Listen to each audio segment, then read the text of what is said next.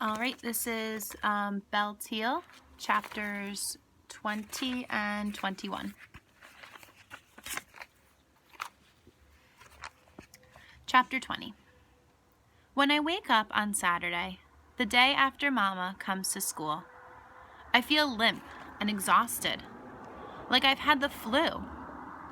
Just for right now, I can't think about white people hating colored people, and fathers who shouldn't be fathers, and boys with bruises. I do think about one thing, though, that I did right when I told little boss to tell Miss Casey the truth. Mama reminds me about that time and time again over the weekend, and she takes a whole afternoon off from her studying, so she and I, just the two of us, can have lunch at the counter at Sherman's, and then look for a Christmas present for Graham. On Monday, Darryl gives me glorious news. He says the police went to his house on Saturday and told them they got word that Big Boss had made up the whole story about Darryl. They are white policemen, and they don't apologize to the Craigs, but they let them know that Darryl is off the hook. And so at school, we get on with things. The news about Darryl spreads quickly, and we keep up with our rehearsals. And Trey does a fine job as our new king. Also, we get our costumes in order, except for Vanessa, who insists on those pink ballet slippers as her shepherd's shoes. On the Friday before Christmas, Mama comes home with an early gift for us. I have received my secretarial certificate, she says. She holds it aloft for Gran and me to see. And now I'm looking for a job in Mechanicsville. I believe I'll find one by the new year. First thing, once I get a job, I'm going to pay back the school account. I look up from where I'm sitting on the floor, in front of the fireplace. Are you all really going to get a job in the office, Mama? I imagine Mama going to work, wearing nylons and skirts and blouses with ties at the neck. She will sit behind a desk with a typewriter and a plant on it, working for a boss who calls her Mrs. Harper, only he pronounces it Ms. Harper, but that's okay. Mama will be such a good secretary that her boss will constantly say, Ms. Harper, what would I ever do without you? Mama is beginning to seem like a character in City Lights. That's what I'm looking for, Mama replies. And you'll only have to work at one job? And you'll be home for dinner every night? I hope so, precious. I feel so joyful that I leap to my feet and run into the kitchen, where I turn on the radio full blast and twirl and dial around until I find Christmas carols, and then me and Gran and Mama sing along with them for the rest of the evening. Christmas keeps us all so busy that before I know it, it's the last day of school before vacation, the day of the pageant and the program. I wake up that morning the way I have waked up for I don't know how many mornings now, which is thinking about Little Boss. I wonder where he and Big Boss are, and how Little Boss's foot is healing. If Little Boss is already enrolled in a new school somewhere, or maybe Little Boss and his daddy are on the run from the police. I feel my heart start to pound, so I play the trick I have taught myself. I pretend my mind is a fairy tale, and I tell those thoughts that now I have to banish them, and poof, they go away. Except that they always seem to sneak back the next morning.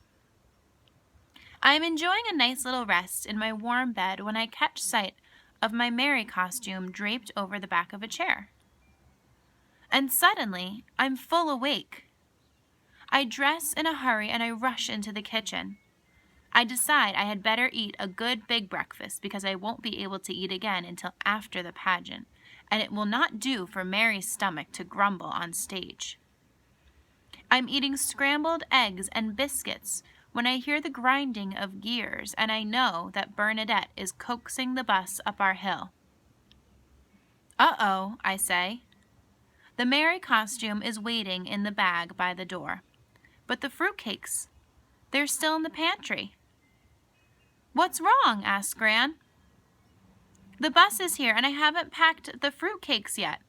The ones for the school program."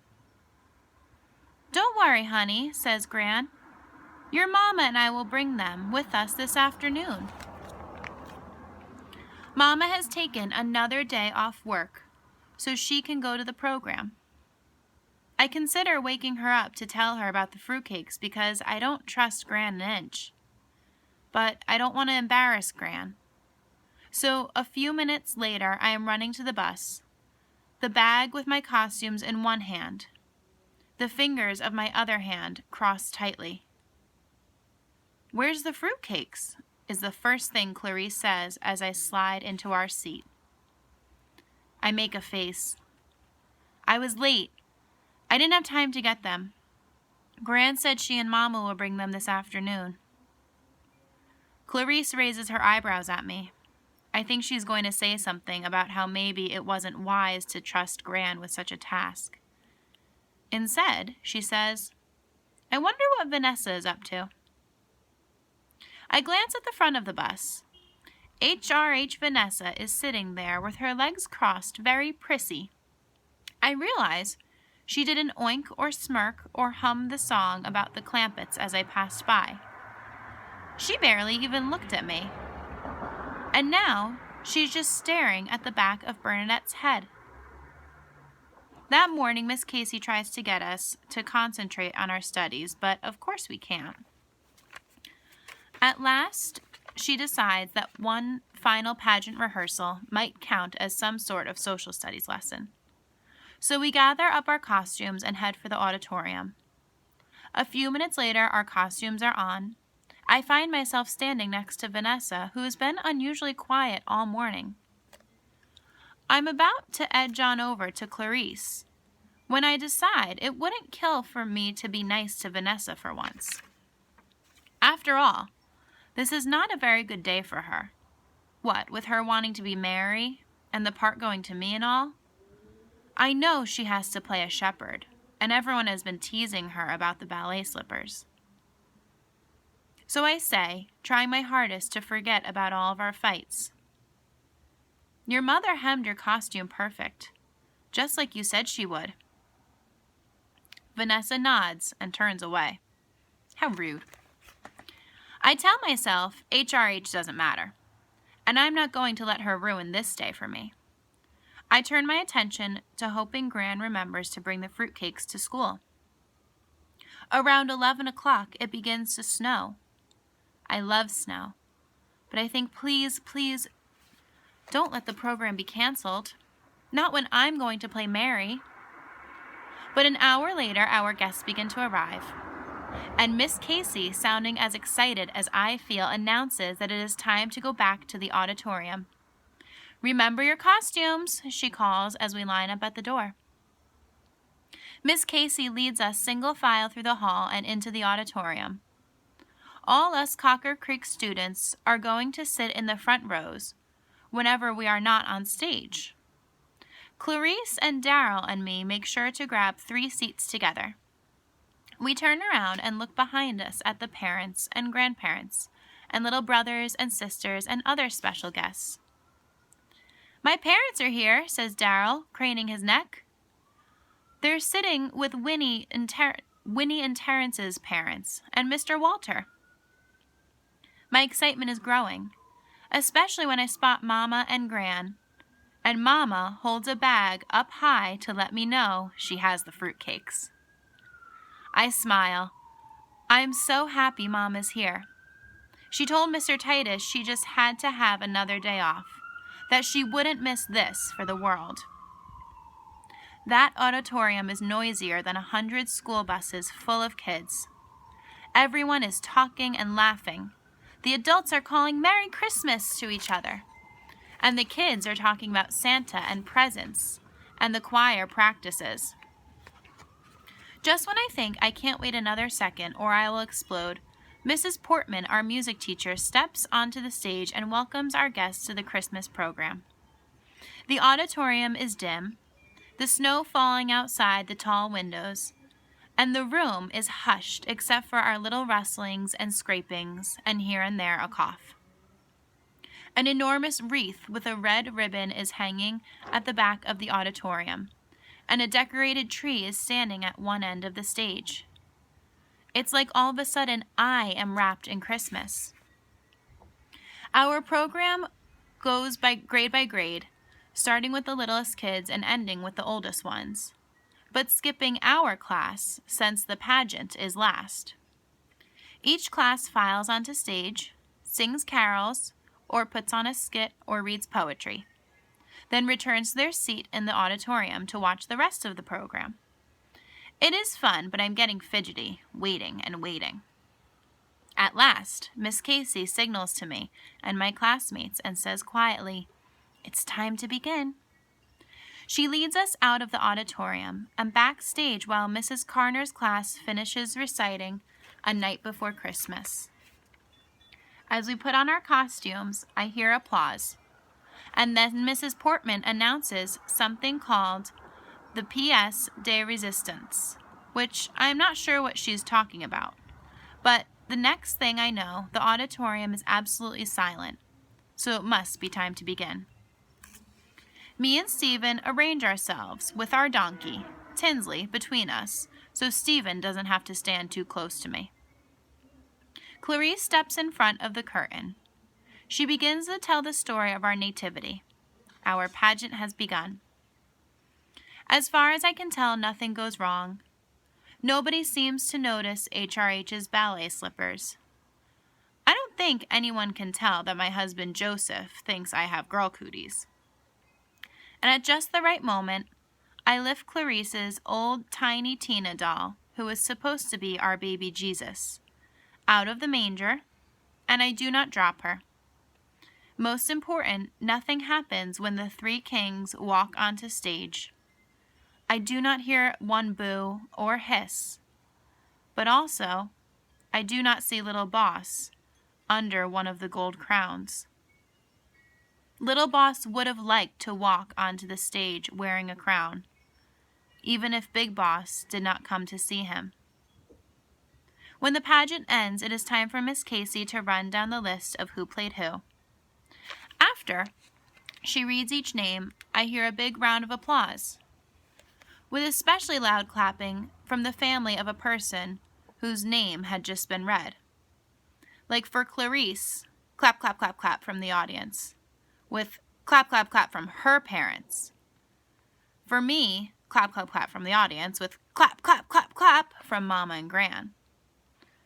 But for Daryl, all I hear is little clapping, which is probably his parents and Winnie and Terrence's, a few teachers and Mama and Gran, and Mr. and Mrs. Baker.